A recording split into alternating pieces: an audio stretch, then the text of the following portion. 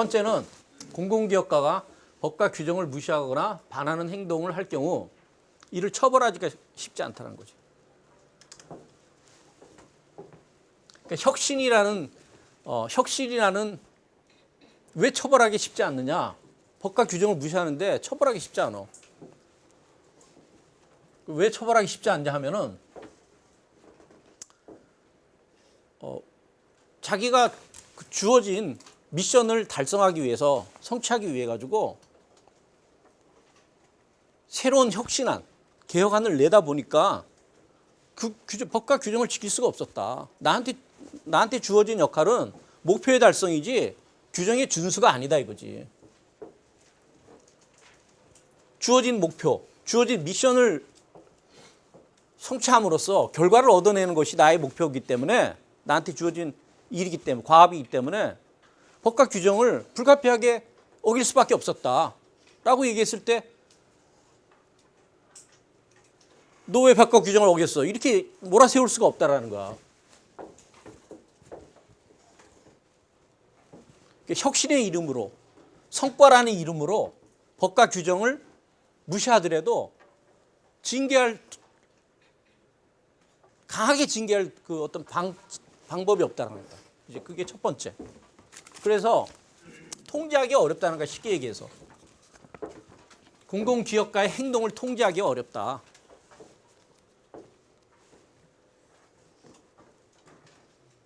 그래서 이제 루스 캐논이라는 단어를 쓰는데 루스 캐논. 이제 선생님이 이제 저걸 뭐라고 번역을 했냐면은 곱비 풀린 망아지가 될 수 있다. 캐논이라는 것이 대포알이냐, 그지?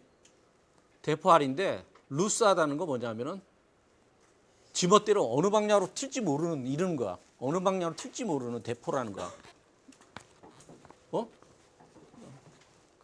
곱비 풀린 망아지 이렇게 해석하면 딱 좋지. 곱비 풀린 망아지가 될 수 있다. 통제하기 어렵다. 제어하기 어렵다. 이제 첫 번째 비판. 두 번째 비판은 이해되지? 첫 번째 비판은. 두 번째 비판은 이제 신공공관리자한테 신공관리원에서 공공기업가한테 자, 이 자금을 줄 테니까 이거를 네 돈인 것으로 마치 네 돈 쓰듯이 써봐라 이거야. 네 돈인 것처럼 써봐라 이게. 근데 이제 이걸 좀 돈을 쓰는 방도를 이제 세 가지 관점과 연결시켜서 얘기하면은 OPA는 이렇게 우리가 비교할 수 있어. OPA는 전통적 행정에서는 공적 자금을 주면서 이거를 어떤 식으로 쓰냐 하면은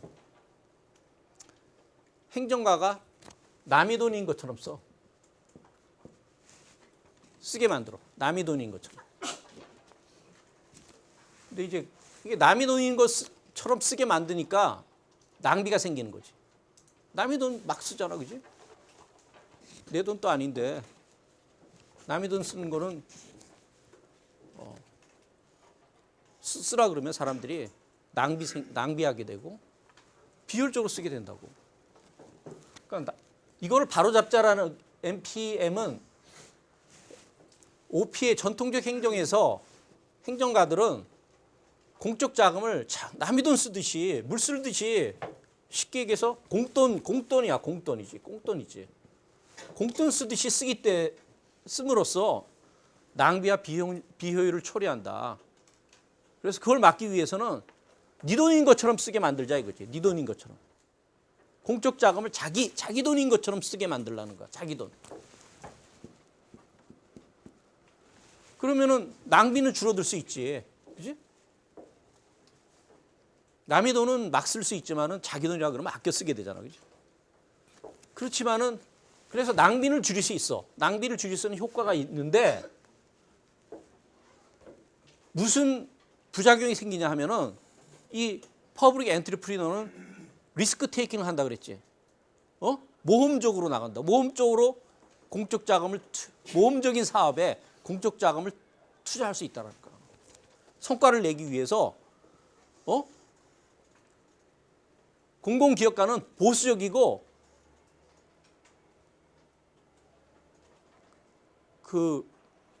굉장히 검소한 사람이 아니라 보수적이고 돈 쓰는 두려움이 있는 사람이 아니라 리스크 테이커라 그랬어, 그지? 성과를 내기 위해서 공적 자금을 모험적인 사업에다 투자할 수 있다는 거, 몰빵해 버릴 수 있다는 거.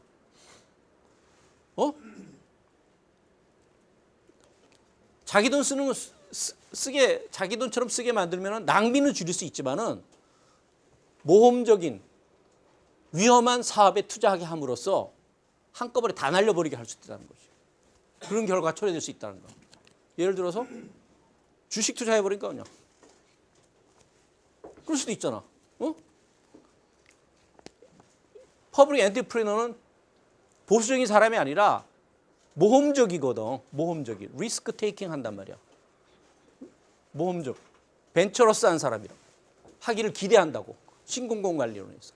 벤처러스한 사람으로 행동하기를 바란다고.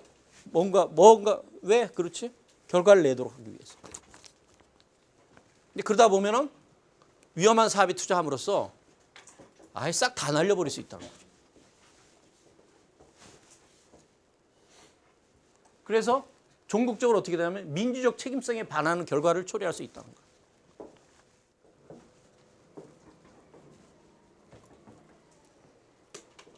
민주적 책임성에 반하는 결과를 초래할 수 있다. 그래서 이제 그 비판자들은 뭐라 하냐면 공공의 자금, 공적 자금은 개인의 돈, 개인의 돈으로 자금으로서가 아니라 공공의 자금으로 써야 된다. 공공의 소유물. 공공의 소유물로 다뤄야 한다. 이제 그 얘기를 하는 게 사실은 NPS야. NPS를 추정하는 사람들은 그런 시각에서 비판을 할 수가 있어. NPS는 OPA가 남의 돈 쓰듯이 행정가가 공적 자금을 남의 돈 쓰듯이 만들고 남의 돈처럼 간주하게 만들고 NPM은 공적 자금을 자기 돈처럼 간주하게 만든다 그러면은 NPS는 뭘 요구하냐면은 주인의 돈으로 간주하게 만든다. 내 돈이 아니라 주인의 돈. 이 공적 자금은 NPS는 우리가 오늘 이제 NPS 쪽으로 이제 NPS를 강의하게 되는데 요 파트 끝난 다음에 NPS는 공공을 주인으로 생각해. 공공이라서 국민이야. 쉽게 얘기해서. 국민을 주인으로 생각해. 주인이고 소유자로서 생각해.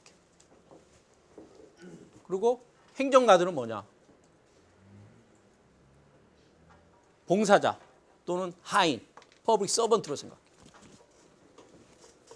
그러니까 행정가들은 주인의 돈, 상관의 돈, 주인의 돈을 위탁받아서 신탁받아서 관리하는 성실한 신탁자로서의 역할을 해야 된다. 이렇게 기대를 해. 그러니까 공적 자금이 뭐냐 하면 주인의 돈이기 때문에 내가 성실하게 그리고 책임 있게 관리를 해나가. 그걸 기대를 하는 거야. 그래서 그 사람들 입장에서는 신공공관리를 비판을 이렇게 할 수 있어요. 공공의 자금은 자기 돈처럼 여기도록 만드는 신공공관리 자기 돈처럼 여길 것이 아니라 공적 자금을 이거는 주인의 돈, 공공의 소유물로 간주해야 된다라고 이렇게 비판을 한 거예요. 돼? 알겠니? 여기 이쪽에서만 왔다 갔다 하니까 이쪽에 학생들이 약간 불리할 것 같아. 그래서 이렇게 이제 공적 자금을 이렇게 분류할 수, 이거 뭐 책에는 없는 거지만 이제 선생님 판단하기에 OPA는 공적 자금을 남의 돈으로 간주하게 만들고 행정가로 하여금, NPM은 자기 돈으로 간주하게 만들고, NPS는 주인의 돈으로 간주하게, 주인 돈 쓰듯이 쓸 것을 기대한다.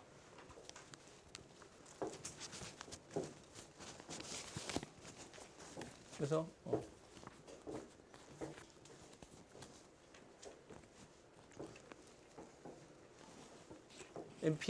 NPM의 그 두 번째 비판이 공적 자금을 마치 자신의 돈처럼 쓰게 내버려 둘 경우에 모험적이고 위험한 사업에 투자하게 함으로써 민족 책임성에 반하는 결과를 낳을 수 있다. 이게 두 번째 비판. 그다음에 세 번째 비판은 이제 퍼블릭 엔트리프리너한테는 권한이 주어져 있지. 자원을 사용한 자원과 주어진 권한을 사용해서 성과를 낼 것을 기대한다, 그지? 그런데 그 주어진 자원과 권한을 사적 이익을 위해서 활용할 수가 있다. 그죠? 그래서 쉽게 얘기해서 부패를 유발할 수 있어. 부패를 유발할 수 있어. 그래서 신공관리 비판 중에 하나가 뭐 선진화된 그 행정가가 어떤 윤리적 책임을 다하는 것, 윤리적 책임에 따라서 윤리적으로 행동하는 그런 선진국은 몰라도 개발도상국 같은 경우에 신공관리를 도입했을 경우에 부패라는 커다란 문제를 일으킬 수 있다. 이게 이제 비판 중에 하나예요.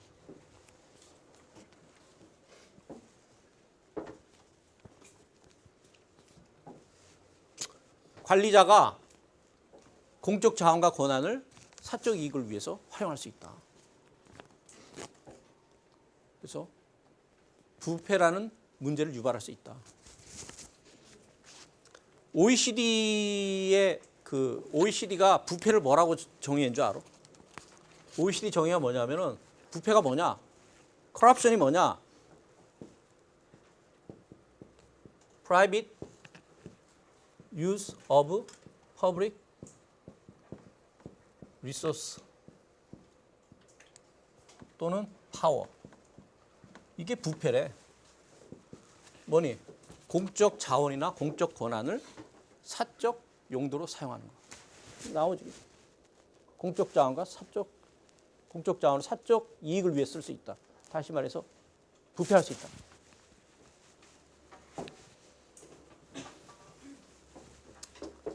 그 다음에 이제 그 다음 비판은 그 신공공관리가 지향하는 가치가 효율성과 생산성이지, 그지? 이걸 추구하는 과정에서 공정성, 정의, 대표성, 참여와 같은 민주적이고 헌법적 가치를 훼손시킬 수 있다.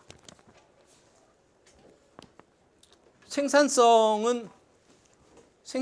여기 효율성, 생산성 추구하잖아, 그지? 생산성은 뭐로 정의할 수 있을까? 생산성이 뭘까? 어떻게 정의하지? 생산적이라는 게 뭐지?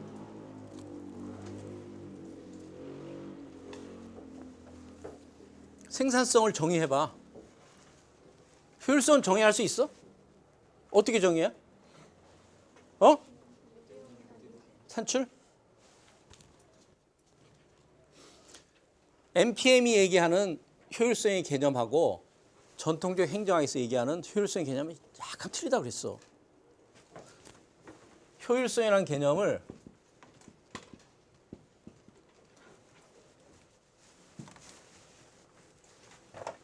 OPA는 어떻게 쓰고 있지?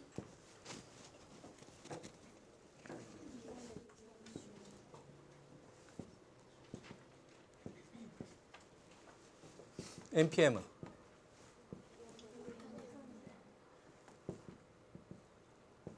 이렇게 쓰고 있다고 했어, 그지? 자, 그러면은 여기서 저기에서 말하는 효율성은 어떤 개념일까? 둘 중에 하나. NPM이 지향하는 효율성은 어떤 개념일까? NPM이 조용하는 효율성과 생산성을 추구하는 거죠. 저 효율성은 어떤 개념일까? 오른쪽 이거지, 그지? 효율성. 그러면 두 번째 생산성 어떤 개념일까? 요거다. 전통적 의미의 효율성이야. 그걸 갖다가 효율성 얘기하기 힘드니까 효율성과 생산성 이렇게 바꿔버리는 거야. 이런 걸 잘 캐치를 해야 돼. 생산성은 여기서 전통적 의미, 전통적 행정에서의 효율성이라는 개념하고 같은 개념이구나. 다 캐치할 수 있어야 돼. 알겠어? 과정에서 그러니까 효율성을 추구하다 보면은 민주적 가치하고 효율성하고 많은 경우에 상충하지, 충돌한다고. 민주적인 가치들은 이 공정성, 이 정의, 대표성, 참여 이런 것들이 민주적 가치야. 근데 민주적 가치를 잘 봐봐. 주로 어떤 거냐면 과정과 업무를 수행하는 과정과 절차와 관련돼 있어. 효율성, 생산성은 산출하고 이렇게 관련돼 있거든. 근데 이런 것들은 다 과정과 관련돼 있어. 과정, 업무를 처리하는 과정에서 공정성을 확보해야 된다. 정의를 확보해야 된다. 대표성을 확보해야 된다. 처리하는 과정에서 시민들이 참여하게 만들어야 된다. 과정이야. 과정과 절차적 가치들이야. 민주적이고 헌법적 가치들은 대부분. 결과적이고 산출적 가치가 아니라 산출과 관련돼 있지 않고 과정하고 관련돼 있어. 그러다 보면 생산성 추구하는 과정에서 효율성을 강조하다 보면은 결과를 강조한다는 거 아니에요. 성과를 강조하다 보면 어떻게 돼? 절차나 과정 같은 거 무시해버리는 거. 규정과 절차 무시해버리잖아. 규정과 절차들이 대부분 뭐니? 공정성과 관련돼 있고, 정의의 확보와 관련돼 있고, 대표성의 확보와 관련돼 있고, 또 다른 민주적 가치하고 확보돼 있다. 관련돼 있는.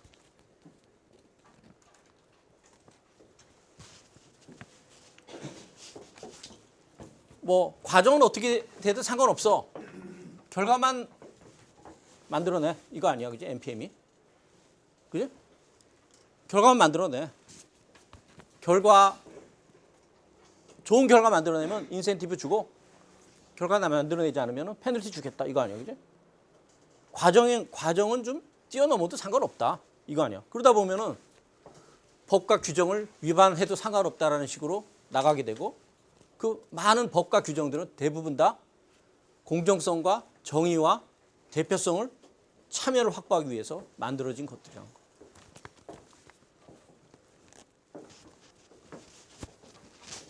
이해되냐? 돼?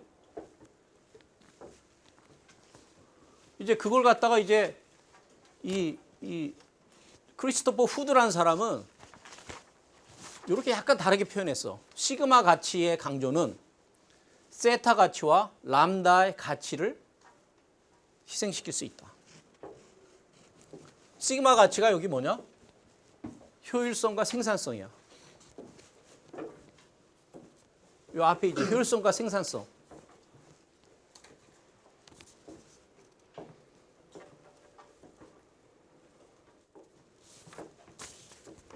시그마 가치는 이제 그 크리스토퍼 후드 영국 사람인데, 영국 학자인데, 이 사람은 뭐 이거 얘기해도 되고 안 해도 되는데,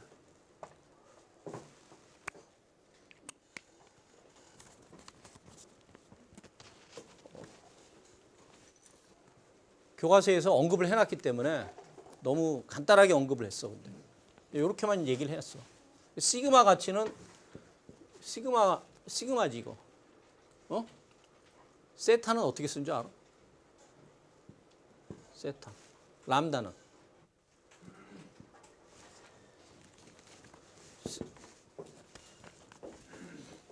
시그마 가치는 뭐와 관련되냐면은 주어진 일과 자원의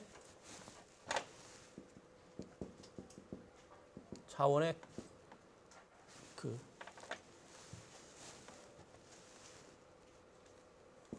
수전노식 결합과 관련돼 있어. 결합과 관련된 가치. 주어진 일을 자원을 영어로 얘기하면 어떻게 되냐면 matching of job with resource in a competent and sparing fashion. 이렇게 돼. sparing이야, sparing. 일과 자원을 스페어링하게 결합해라 이거. 그걸 이제 스페어링을 이제 적절한 해석이 없어서 수전노식으로 결합해라. 그러니까 주어진 일을 무슨 말이야? 비용은 적게 들이면서 결합시켜라 이거. 주어진 일을 하는데 들어가는 비용을 최소화시켜라 이거. 또 관련된 거. 그게 바로 뭐 효율성하고 생산성의 개념이야. 결합과 관련된 가치 이렇게 정의를 해. 이 후드. 그게 바로 효율성과 생산성이라는 거야. 그다음에 두 번째 람다 가치는 세타 가치. 세타 가치는 왜곡과 치우침, 불공평함,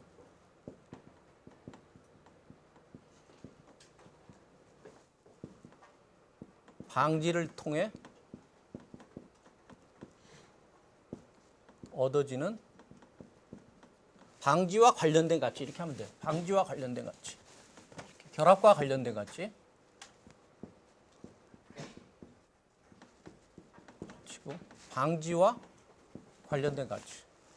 왜곡과 치우침, 불공평함을 없애주는 것, 제거해주는 것과 관련된 가치. 어떤 게 있겠냐? 정직성, 공정성.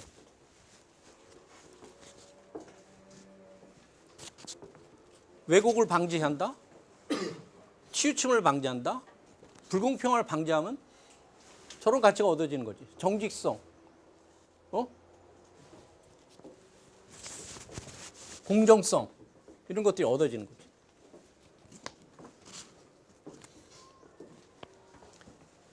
치우치는 거 한편 이게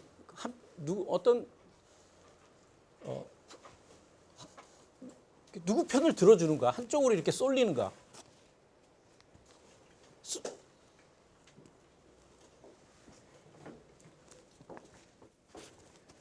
그러니까 쏠리는 것을 막아주는 것과 관련되는 가치야. 한쪽으로 이렇게 편파적인 거. 치우치는 거. 어느 한쪽으로 치우친다든지 편파적이라든지 누구 편을 일방적으로 들어준다든지 불공정한 것을 막아주는 것과 관련되는 가치야. 그게 바로 정직성, 공정성이에요. 공정성을 해치게 된다. 그거는 이해되지? 이거는 앞에 이거하고 관련돼 있어. 정직성, 공정성, 책임성은 여기서 여러분들 부패라고 생각하면 돼. 그냥 부패. 책임성이 여러 차원이 있지만 여기서 부패를 막아준다. 정직성, 공정성, 책임성을 저런 가치를 도모하는 측면에서는 OPA가 MPM보다도 우위야.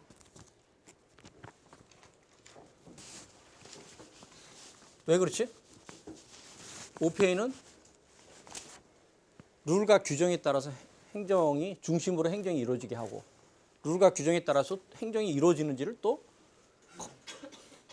하이라키컬 컨트롤을 통해 가지고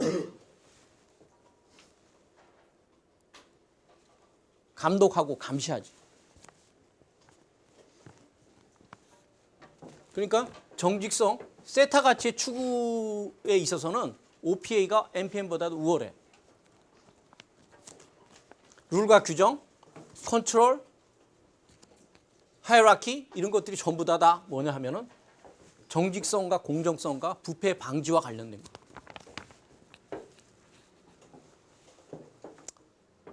그래서 시그마 가치의 강조는 세타 가치를 약화시킬 수 있다. 그 다음에 이제 람다 가치가 나왔는데 람다 가치는 어떤 거냐면은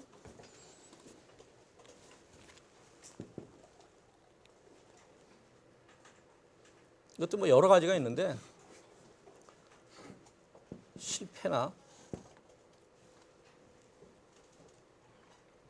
실패를 딛고 살아남는 능력. 그다음에 최악의 상황에서도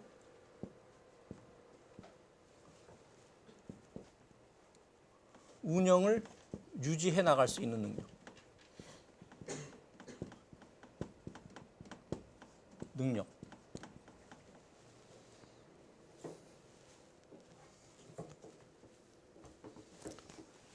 그다음에 여기다 실패 대신 위기라고 해도 돼. 위기를 딛고 살아나는 능력. 이게 람다 가치. 이러한 것과 관련된 가치들이야.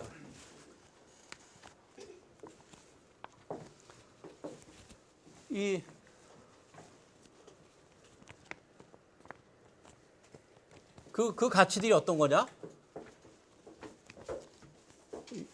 이게 생존.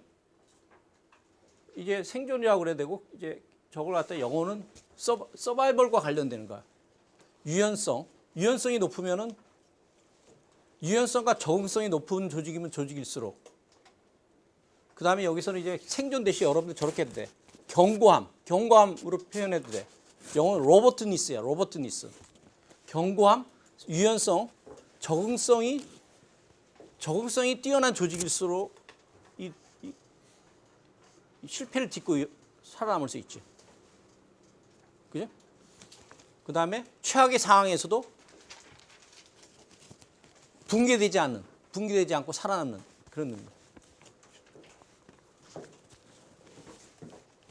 근데 이런 람다의 이런 능력을 키우기 위해서는 적응적이고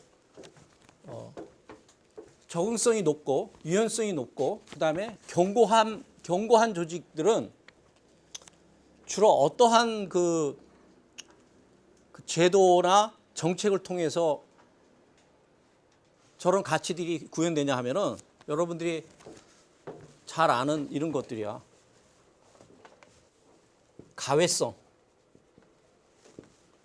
이걸 영어로는 리던던시라고 번역을 하지. 던시. 이런 걸 통해서 리던던시.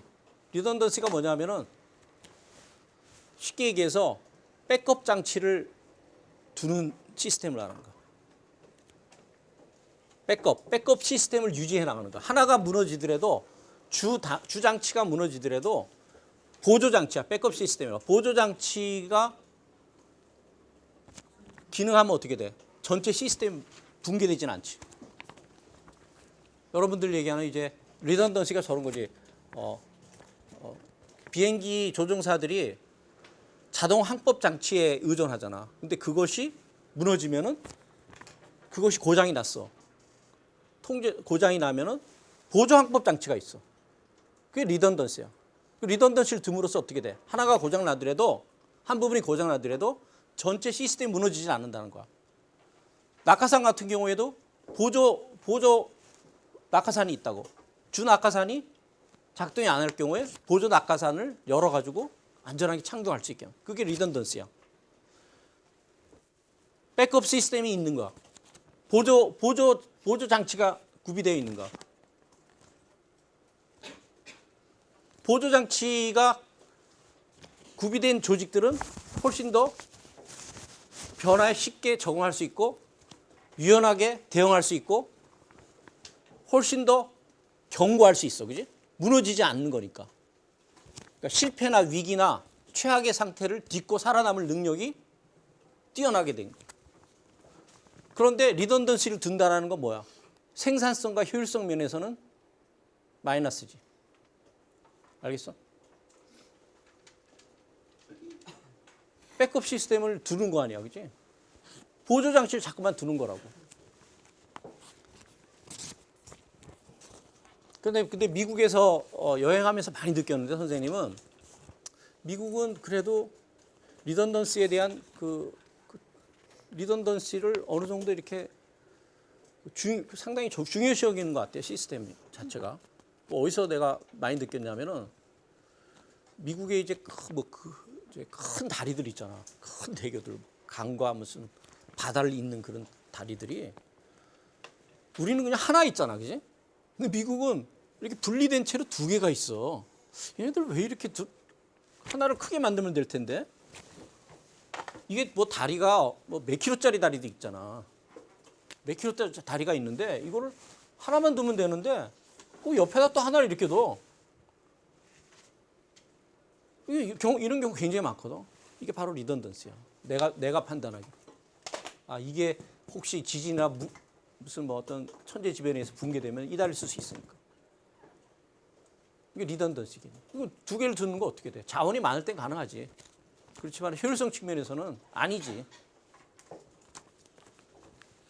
그래서 시그마 가치를 지나치게 강조하다 보면은 세타 가치와 람다 가치를 약화시킬 수 있다. 충분히 설명됐지? 이렇게만 책에는 기록이 돼 있어서 여러분들이 한테 더 자세하게 설명해 주는 거. 그다음에 이제 마지막 그 비판은 행정의 공공성을 약화시킨다. 이게 사실은 마지막이지만 굉장히 중요한 비판이야. 행정의 공공성이 아니라 영어 퍼블릭니스. 공공성을 약화시킨다. 왜 약화시키냐? 전통적 이 신공관리에서는 고객이든 뭐 퍼블릭 엔트리프리든 그들한테 요구하는 게 뭐야? 네 이익만 추구하라는 거야. 네 동료의 이익에 대해서 무관심해라. 그리고 심지어 국가의 이익에 대해서도 무관심해라 이거. 동료가 죽든 말든 국가가 망하든 말든 신경 쓰지 말고 네 이익만 추구해라 이거. 그게 뿌리가 이제 결국은 고전적 자유주의 아담 스미스로부터 오는 거지, 그지? 아담 스미스 예를 내가 그때 들었지. 뭐라고 들었어? 제과점의 주인은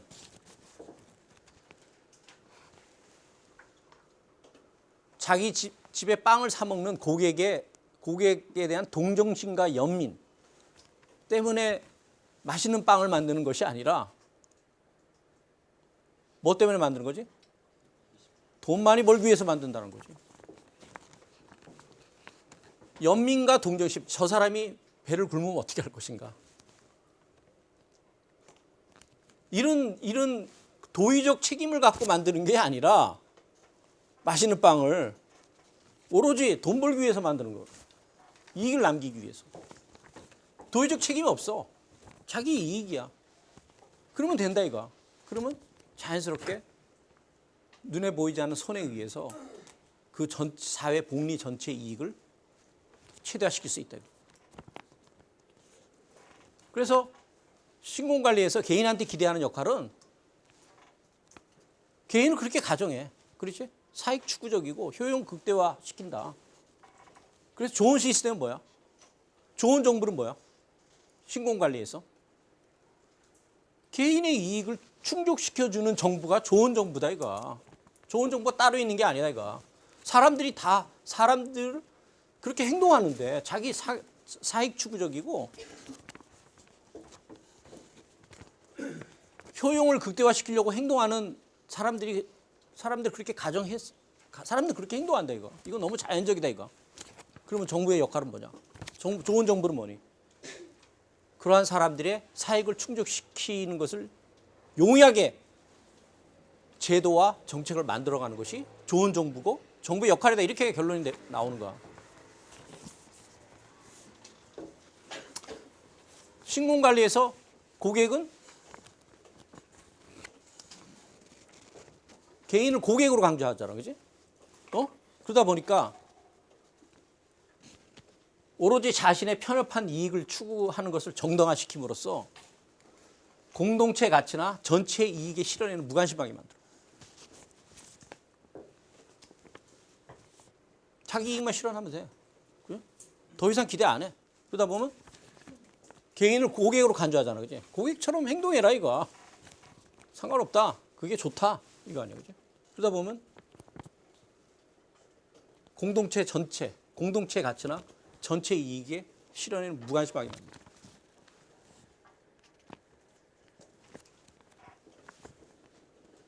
공공성이라는 것은 퍼블릭이라는 단어는 이 라틴어에서 나왔는데 퍼블릭의 단어의 라틴어의 의미는 월 의미는 국가, 사회, 공동체 전체를 말해. 전체 구성을 일컫는 말이야.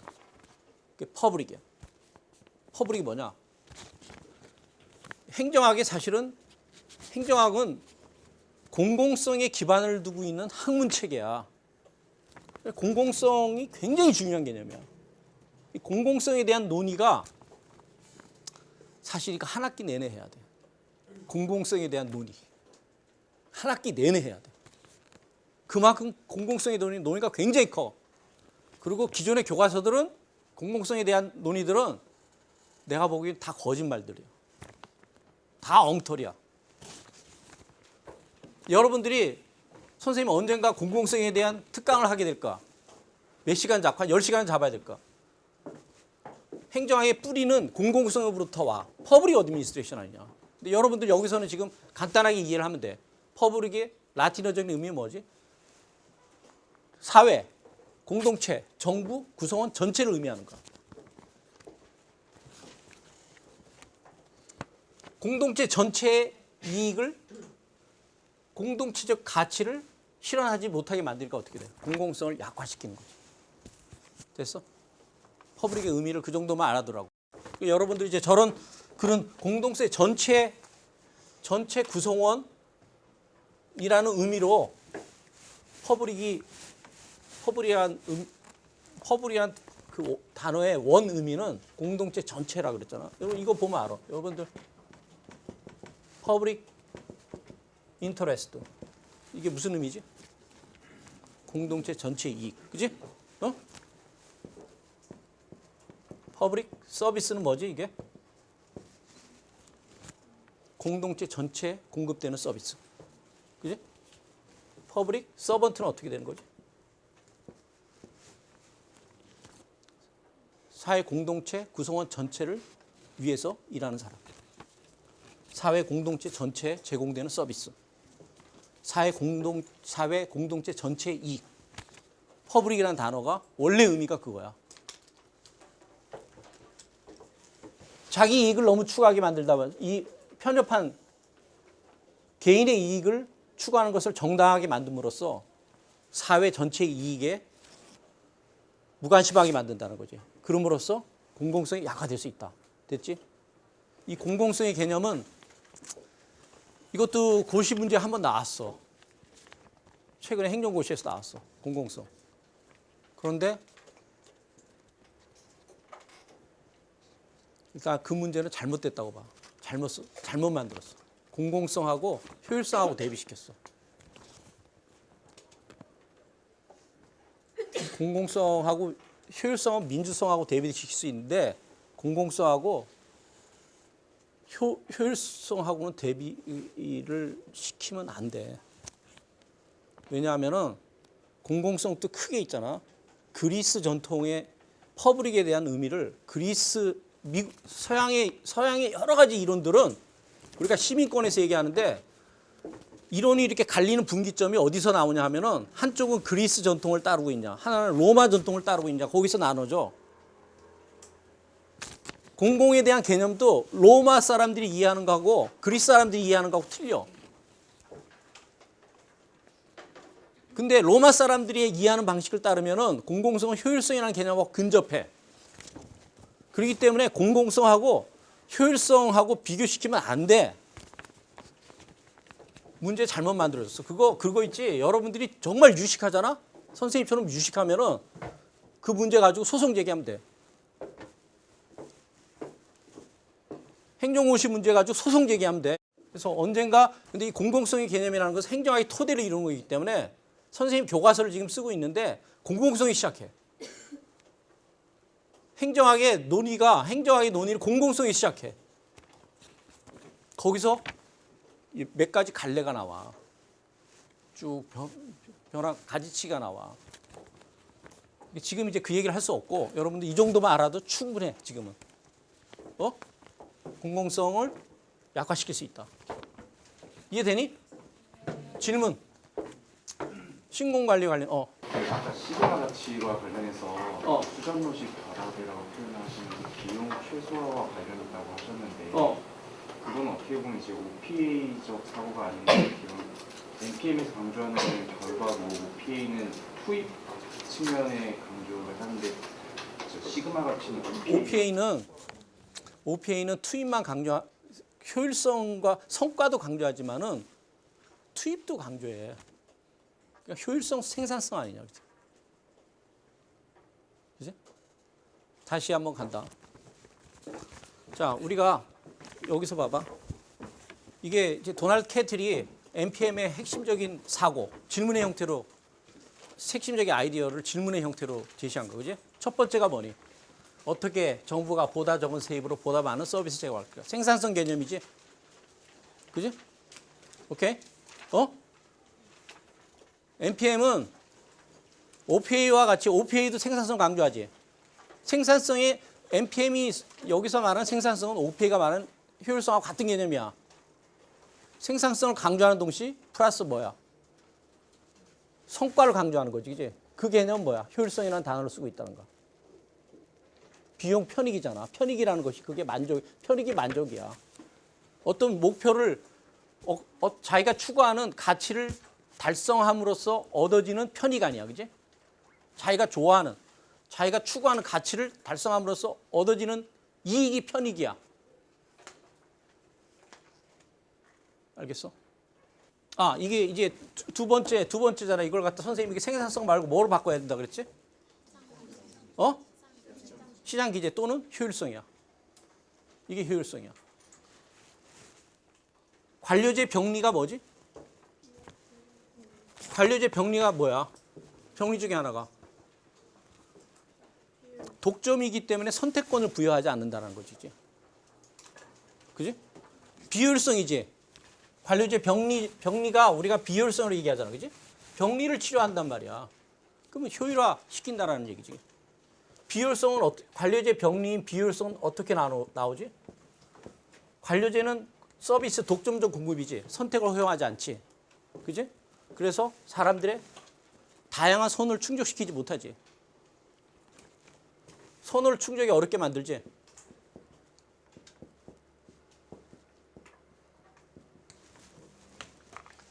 선호의 충족을 어렵게 만들면 어떻게 되는 거지? 사람들의 효용을 선호의 충족이 어려우면 효용이 떨어지지. 그렇지. 그렇지.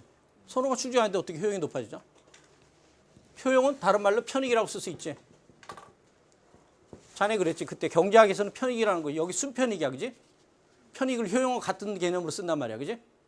자, 그리고 두 번째는 독점 때문에 선을 충족하지 못하고 결국 그것이 사람들의 효용을 추구하는 것을 어렵게 만든다.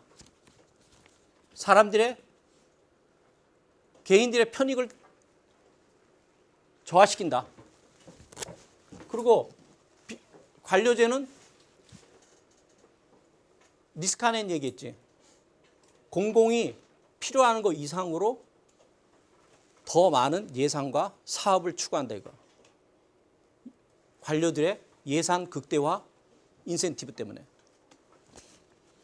그래서 항상 낭비적이다 이 얘기야. 필요한 것 이상으로 돈 더 쓰니까 낭비적이지. 낭비는 어떻게 돼? 예산 극대화 전략, 버짓, 맥시마이징. 여기서 신공관리의 가장 핵심적인 지적 기원이 어디라 그랬지? 공공선택론이라 그랬어, 그지? 공공선택론은 개인을 어떻게 가정한다고? 합리적이고 사익 추구적이고 효용 극대화를 지향한다 이렇게 가정하잖아. 그 가정은 시민들한테만 적용돼? 다 적용되지. 정치인한테 적용되고 관료들한테도 적용되고 심지어 도덕적인 선생님한테도 적용되는 거야. 모든 사람한테 다 적용되는 거야. 관료들의 그런 개인 사익 추구적인 동기 때문에 버진 맥시마이징 한다. 이거. 그래서 어떻게 돼? 낭비를 처리한다는 거지. 자, 우리가 효율성은 뭐라고 정의했어?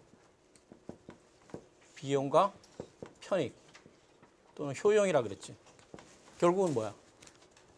효율성을 떨어뜨리는 거지. 이해돼? 생산성을 저하는 동시에 효율성까지 떨어뜨린다. 신공관리의 목표는 OP의 목표는 뭐냐? 효율성인데 그 효율성의 개념은 생산성의 개념으로 이해해야 돼. 그지?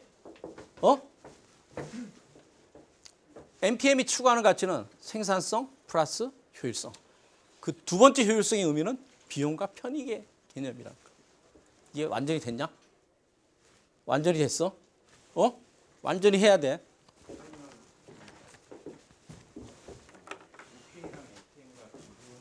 응.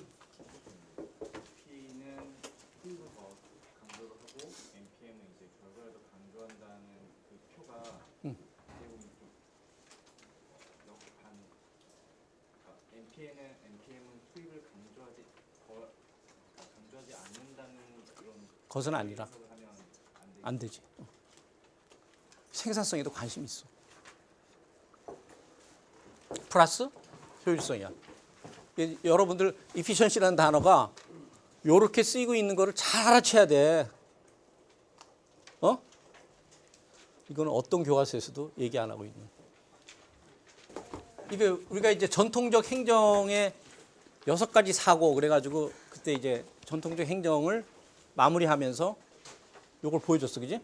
이거 다시 보여줘. 보여준 이유는 뭘까? 자, 신공공 관리와 비교해봐. 첫 번째 전통적 행정의 초점, 첫 번째 사고, 첫 번째 주장, 그지? 첫 번째 아이디어. 정부의 초점은 정부기구를 통해서 공공서비스를 직접 전달하는 데 있다. 자, 신공관리에서는 어떻게 표현해야 될까?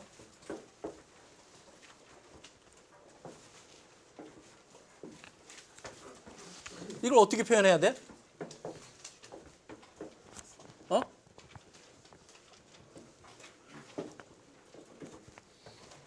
어떻게 표현해?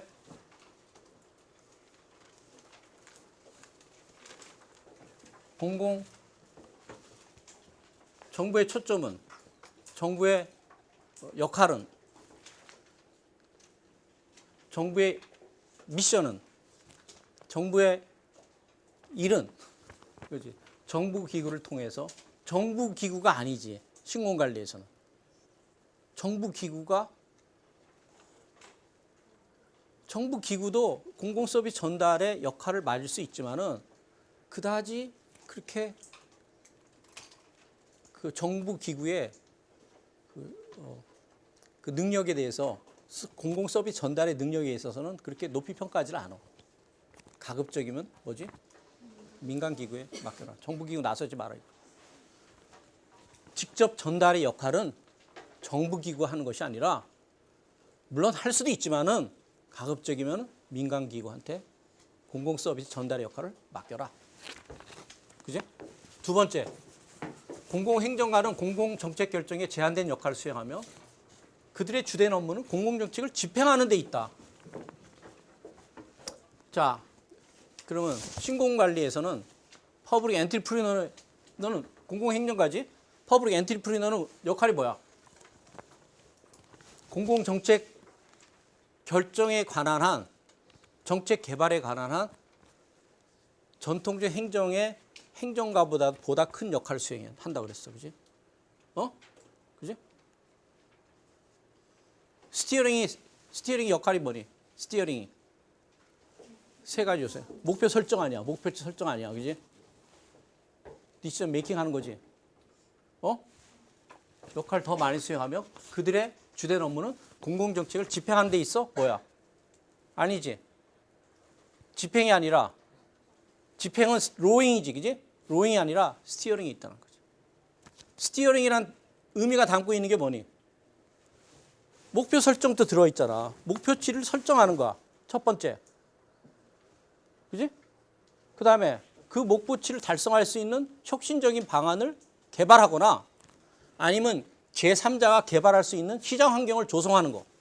세 번째, 그러한 목표치대로 서비스가 수행되고 있는지를 갖다 모니터링하고 통제하는 거. 이거라 그랬어, 그지? 스티어링이다. 그다음에 세 번째, 행정가는 민주적으로 선출된 정치인들한테 책임을 진다. 신공관리에서는 그들의 1차 충성심의 방향은 고객이다. 선출직 공직자한테 책임을 지는 것이 아니라 고객에 대해서 책임을 진다. 네 번째, 서비스 전달은 선출직 공직자들에게 책임을 지고 업무 처리 재량이 제약된 행정. 이건 이제 뭐냐면은 여기서 새로 이제 부과한 거는 업무 처리의 재량이 고도로 되어 있다. 그치? 행정가들이 업무 처리를 할 때 재량이 그대로 제약되어 있다. 그지? 직권적인 시스템이라는 거지. 자, 신공관리에서는 업무 처리의 재량이 대폭 부여되어 있지. 관리자들한테. 대폭 부여해라. 그 대폭 부여하게 된 데에 대한 이론적 기반은 관리주의하고 신관리주의로부터 온 거지. 신관리주의가 뭐야? 사회 발전을 위해서 생산성 향상은 사회 발전을, 사회 진보를 위해서 도움이 준다. 생산성을 향상시키기 위해서는 관리자들한테 자질 있고 전문성이 높은 그런 관리자를 뽑아야 된다. 그리고 그들한테 권한을 부여해야 된다. 이거 아니야, 그지? 그렇게 되면은 조직의 성과가 높아지게 되고 사회는 발전하게 된다. 이거야, 그지? 거기로부터 오는 거잖아. 입체적으로 이해해야 돼. 여러분들이 입체적으로 강의를 신공관리든 OPA든 입체적으로 이해를 해야 돼. 그래야지 자유자재로 써먹을 수가 있어. 아니잖아, 그지? 재량을 부여해라, 이거. 관리자한테 대폭 부여해서 the freedom to manage, the right to manage. 관리할 수 있는 권한과 자유를 주라. 그래야지 조직이 성공하고 사회가 발전한다. 공공 프로그램은 관리자가 조직의 정점에서 통제하는 계층적인 조직을 통해 가장 잘 집행할 수 있다. 신공관리론자는 뭐라고 얘기하지? 분과나 얘기하지, 그지? 분과나. 일선 관리들, 프론트라인 인플로이, 프론트라인 스태프들한테 권한을 부여해라, 그지? 그 다음에 이제 NPM의 10가지 원리 중에 하나가 From Hierarchy to Team. 그리고 거기에 이제 주제가 뭐야? Decentralized Government. 공공 조직의 최고 가치는 효율성과 합리성이다. NPM에서는 공공 조직의 최고 가치는 생산성과 효율성이다. 됐냐? 그런데 잘 봐봐. 여기서 말하는 효율성, 이 효율성은 신공관리에서 말하는 뭐하고 비슷하지? 요 합리성은 뭐하고 비슷하지? 효율성이야. 합리성 다시 들어가 봐. 비용 편익 개념이야. 눈에 팍팍 들어와야 돼. 자, 공공조직의 시민 참여가 허용되지 않은 폐쇄체제 가장 효율적으로 운영된다. 신공관리는 뭐라고 얘기하지? 시민 참여를 최소화시켜야 된다라고 OPA에서는 주장을 하는데 시민 참여의 범위가 OPA보다는 높다, 낮다? 허용 범위가? 높다, 낮다?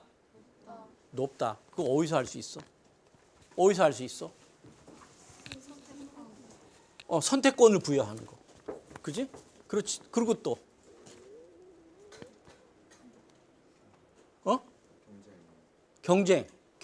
경쟁이니까 선택이지, 그지? 선택할 수 있는 범위를 주는 거. OPA에서는 선택할 범위는 안 주잖아, 그지? 그리고 또 그거 말고 또 있어. 더 중요한 부분이 있어. 시민 참여가 제한된 범위에서 이루어져. OPA보다는 더 높은 수준이 이루어져. 어디서 나타나니? 엑시시 선택이야. 계속 얘기하고 있어. 서비스 스탠다드를, 서비스 목표치를 결정할 때 시민들의 의견을 구한다 그랬지. 그지?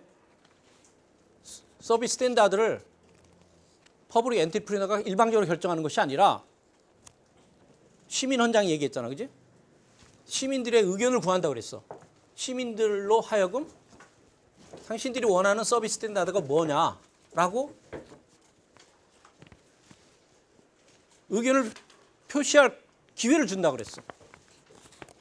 그렇지만은 서비스 스탠다드를 결정하는 건 누구지? 의견을 받아들여서 최종적으로 퍼블릭 엔터프리너가 결정하는 거지. 그지? 그렇기 때문에 퍼블릭 스탠다드 누가 결정해? 실제적으로는 공공 관리자가 결정하는 거, 그지? 그게 NPS로 넘어오면은 누가 결정한다고? 시민들이 결정. 훨씬 참여의 범위가 넓어지는 거지, 점점. 이게 딱 깨고 있어야 돼. 그다음에 공공행정가의 역할은 대체로 포스트컵으로 정의된다. 포스트컵으로 뭐와 관련되는 거지? 서비스의 집행과 관련되는 공공행정가한테 기대되는 역할이에요. 그지? 집행하기 위해서 플래닝하고 오가나이징하고 주어진 일을 효율적으로 달성하기 위해서 어떤 일을 구체적으로 어떤 일을 해야 될지를 플래닝하고 그 일을 하기 위해서 인력과 자원을 조직화시키고 그 다음에 배치하고 디렉팅, 지휘해가고 지휘 감독하고 조정하고 리포팅, 상명하복의 체제를 확립하고 예산을 배정하는 거야. 그지? 이거 뭐야? 로잉과 관련되는 거지? 그러면 여기서 뭐라고 얘기해야 돼? 공공행정, 퍼블릭 엔터프라이즈의 역할은 스티어링이다. 이렇게 얘기하면 돼, 그냥. 스티어링이다. 오늘 그 NPS로 넘어가려고 그랬는데 시간이 없어서 그리고 MP 다음 시간 하여튼 다음 주에 하고 NPS가 끝나야지 중간고사를 시험을 친다. NPS도 한 우리가 지금 3시간 이렇게 하려고 그러는데 지금 3시간, 4시간이 지금 이미 소모했어. 그지? 7시간 소모했고 아마 NPS도 4시간 정도 해야 될 것 같아. 그거 끝나면. 불확정. 중간고사는 지금 뭐 중간고사가 따로 있는 게 아니잖아. 교수의 재량에 의해서 하는 거 아니냐, 그지? 중간고사 기간에 수업을 하고 몰라, 그건. 우리가 지금 4시간, 맥시멈 4시간 짜줘봐. 그러면 언제 끝나니? 18일 날? 그러면은 그게 월요일이니? 금요일이 18일. 그러면 그 다음 주 월요일 날 보는 거지. 3시간에서 끝내버리면은 금요일이 되는 거고. 그 전주 금요일이 되는 거고. 3시간 할지 3시간에서 끝낼지 4시간에서 끝낼지 모르겠어. 근데 NPS가 지금 굉장히 양이 많어. 특히 밑에 깔려있는 그 이론들이 대충 넘어갈 수 없는 이론들이야. 민족 시민 이론, 공동체 이론, 사회자본론, 신행정학, 조직인간주의, 포스트 모더니즘 이게 5개인가 6개를 설명을 해야 돼. 그리고 이 전반부가 끝나면은 사실상 강의 핵심적인 내용 끝나는 거야. 그리고 나머지 시간에 이제 강론 파트로 들어가는데 시험은 사실은 이제 앞으로 강론에서 많이 나올 것 같아. 공익을 어떻게 보느냐. 3가지 이론. 각기. 책임성에 대해서 어떻게 생각하고 있느냐. 정책 집행에 대해서 어떻게 생각하느냐. 인간성에 대해서 어떻게 생각하느냐. 이게 핵심적인 행정학의 주제들이야. 근데 그거를 우리가 수업 이제 그 12주인데 이 25시간이더라고. 따져보니까 4시가 25시간이야. 근데 우리가 이제 지금 MPS를 4시간 쓴다 그러면은 거의 절반을 쓰게 되는 거야. 나머지 절반 동안에 일사천리로 끝내버릴 거야 다. 다 끝낼 수 있어. 이 파트가 중요해. 앞에 파트가. 뒤는 일사천리로 나갈 수 있어. 그러다가 못하면은 여러분들이 레포트 써내는 거야. 내 책임이 아니야. 니네들이 나머지는 니네들이 메워줘야 되는 거야. 그지? 난 최선을 다했어. 어떻게 할 거야? 너희들이 나한테 더 뭘 기대할 거야? 아니잖아. 가급적이면 끝내도록 한다. 다 중요한 주제야. 너무너무 중요한 주제야. 이걸 알면은 여러분들이 행정학을 고시에서 있잖아. 전략 과목으로 한번 삼아봐. 다른 학생들하고 한 20점 차이를 벌일 수 있는 전략 과목으로. 과락 면하는 과목이 아니라 이 과목에서 합격하겠다. 다른 과목 과락만 면하고 면피하고 행정학에서 70점, 80점 맞겠다. 할 수 있어. 자, 또 질문 없어? 질문. 그리고 그 시간이 남는 대로 짬짬이 교과서 읽어. 그래서 여러분들 토익 준비 따로 하지 말라고. 뭐하러 따로 해? 이거 쭉 읽어 나갈 수 있으면 토익 잘할 수 있지 않겠니? 자, 수고했어.